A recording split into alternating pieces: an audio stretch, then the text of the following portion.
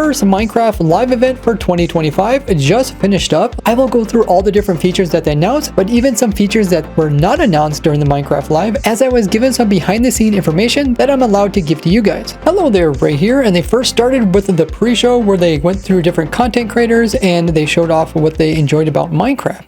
And then after the pre-show came the main event where they counted down, and when they started, they first did a little section kind of explaining what was different about this year's Minecraft live event, as we're actually getting 2 Minecraft live events in 1 year. They say they did this so they can keep their players more up to date on what's going on in the background. Where in the past we normally get one that was in the fall time, so I'm guessing they're keeping that one, and then we now have this new one which is in the springtime. They also explained that they switched over from doing updates to drops to give more frequent updates but in smaller doses. So there's not going to be as much crazy stuff per update, but there's just going to be more of them throughout the year. Personally, I kind of like the big drops because they got more attention from all the Minecraft players. When they do tons of little drops, people who are kind of like so into Minecraft don't really pay attention to them. And the numbering system is a little bit confusing when it comes to the drops, as they have 3 different digits that we have to keep track of, like 1.21.5. But what do you think of this change that they've been doing more recently?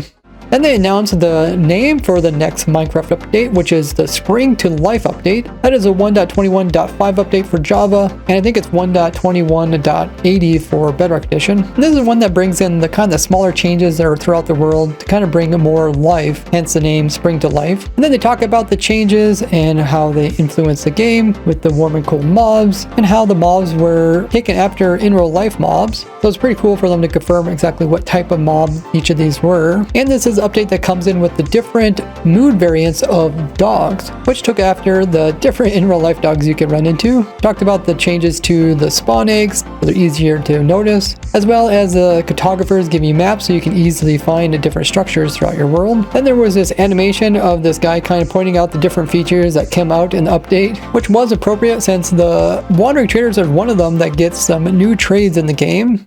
Then they went on to show some sneak peeks of the Minecraft movie, talking about how realistic it was and how fun it was for the actors to be in such a Minecraft realm looking place. With this new scene where they check out the villagers, and Steve explains how the villagers are pacifists as well as vegetarian. I never thought about that, but it is true. And they come across the iron golem, which is protecting the village. And then they come across his chicken shop, and this is where they get to cook the chickens. We talk about how the movie's coming out in theaters on the 4th of April. And there's also a plugin that you can play in Bedrock Edition where you can actually play as the characters in the Minecraft movie. And they show a little bit of this gameplay at the end of the live stream. Then they announced something called Vibrant Visuals, which is kind of like shaders that they're going to put into the default game. This is coming to Bedrock Edition, but eventually will also come to the Java Edition. It adds shadows when the sun's like moving across the sky, but the shadows aren't going to affect stuff like mob spawning or anything like that, just for looks. Also, some things will pop out, like the eyes in different colors will glow, and things like water will actually reflect images. There's also something really strange, which is when things put off shadows. Their shadows are actually going to line up with the pixels in the game, which is really crazy. I don't know how much power that's going to take for your computer to calculate all that, but it does make it feel more Minecraft-y. Now, like any of the fancy visual changes, there'll be a way to toggle it on or off. So if you don't have like a high-end computer, you can still run without having too much lag to your frames per second. I've never tried out shaders in Minecraft, so it'll be interesting once this comes to the default game, as I try to keep everything in my videos using the default textures as well as the shaders in order to make it more relatable to as many people as possible, as much of the stuff I do is very technical and can be confusing as it is. But what do you think of the vibrant visuals? Would you actually play with these on? Then they showed us the features that are coming out in the next update, so like 1.21.6 or 1.22, which includes the dried ghast. The dried ghast can be found inside of the nether dimension. And then this is actually a block similar to like a mob head, or you can craft the dried ghast blocks by using bone blocks and ghast tears, making them a renewable resource. And it can be broken with your fist to obtain it as an item. Then you can take the dried ghast into the overworld and then waterlog it, and then wait 20 minutes, where after 20 minutes of being hydrated, it turns into a hydrated block. And then the face on the ghast will slowly convert over into a happy ghast.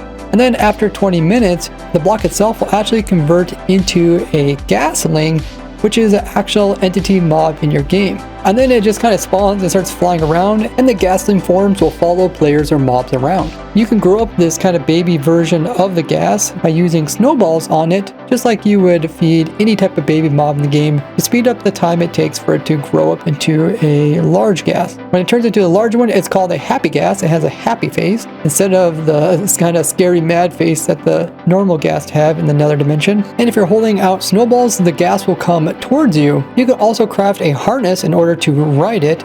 This is done with 3 leather, 2 glass, and a wool block, and then you can just click on it to ride it, and then you can hold shift to dismount. Now they really didn't explain how you move, but I think you're using like your WASD keys, but maybe to go downwards you have to aim downwards. Now the ghast can have up to 4 players also riding it, with the main player in the front, and that's the player who controls the actual ghast movement. They showed how you can park the ghast and then stand on top of it and use it as a platform in order to build when you're working on something up in the air, so you don't need to use like a bunch of scaffolding or temporary blocks. This will be really great for builders, especially all those crazy things that people like to build up in the air.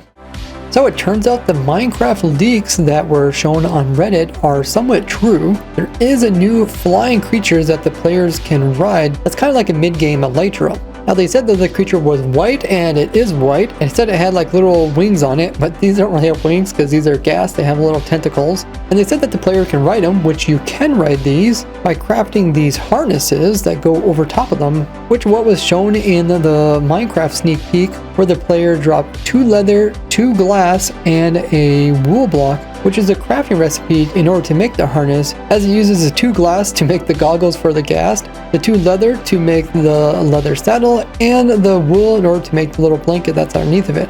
But the way to obtain this mob doesn't seem to be associated with the leaks, where they said you had to look at the mob and it would come to you, and then you could just kind of jump onto it and ride it. And they said that they're not planning to have a way to breed the 2 happy ghasts, so you're always going to have to go back to the nether in order to get more. And unlike the Reddit leak, they didn't talk about using these ghasts and their tentacles to pick up mobs whatsoever, but if you can stand on it, that means you can make other mobs stand on top of it as well. So you can have one person like controlling the ghast and another person that is constantly keeping like a horse on top of it. But there's also some really cool things you can do with this, similar to like a boat, where you can hold withers inside of a wither cage just by having these unique collisions. Which means we could fly this thing up into the void above or below the world, and you can have a void platform way up there, and then you can put down some like chest boats to have storage up there, so no one could ever find or disturb your base. The real question is what's going to happen when this collision meets other entities? Like, can you use these ghast to push mobs like we can use normal ghast to? And if we could put this happy ghast into a minecart, then we can have this kind of like big wall that would just push things, or even just open and close to make like a massive door. Of course, there's tons of minigame things you can do with this, such as like a parkour course where the ghast are moving, so you have to time your jumps. And because the ghast moves slowly, you can combine this with the lead mechanics, where you can put like a villager in a boat and then put a lead on the boat and then jump onto the ghast, and because it's moving slowly, it's not going to break the lead like elytras do easily. You can gather a whole bunch of different mobs and transport them across the air over to your base, where before you would normally take them over some water because it's flat and easy to move them without the leads breaking.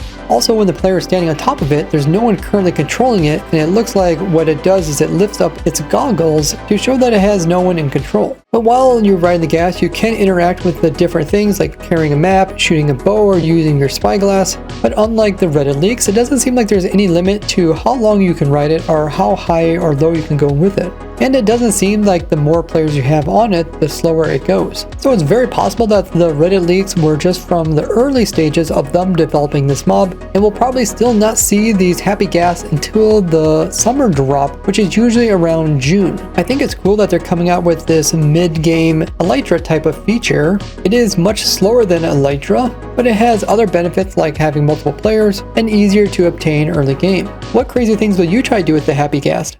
They then finished the main show, then went on to the after show. In the after show, they played around with the upcoming new features like the cold and hot mobs, as well as new vegetation. Then they tried out the new locator bar by having kind of a game of hide and seek, where they try to find them while they're crouching. They can't really see them on the locator bar. And then they played around with the new ghastling and happy ghast by going to another dimension, finding one of the dried ghast. And here we learned that you can actually use a lead on them because they're like a passive mob. They grew their ghast up, then they showed how you can use different color wool fuel in order to make different colored harnesses. So this made a lime green one, which gives your individual ghast a unique look. Then they tried it out on a base where they parked it just by hopping off of it. They were dismounted in the center of the ghast, which is nice so you don't get like dismounted in the mid-air and drop down to your death. And then from there, they were able to hop over onto the floating build. But as soon as the last player hopped off of it, then the ghast kind of just floated away. So it's probably good to use a lead on the ghast to keep it there or put it in some type of pen. They also showed the new happy ghast eggs as well as the different color harnesses. And then they use them in order to build underneath of the base just by moving the ghast around. And you can see they're actually building pretty efficiently by doing this, which would have been pretty difficult. You'd have to like place down water before and then go down with water and stack down and then come back with a platform underneath to actually build underneath of it. Or you'd have to try to fly around the elytra, which was even harder yet to do.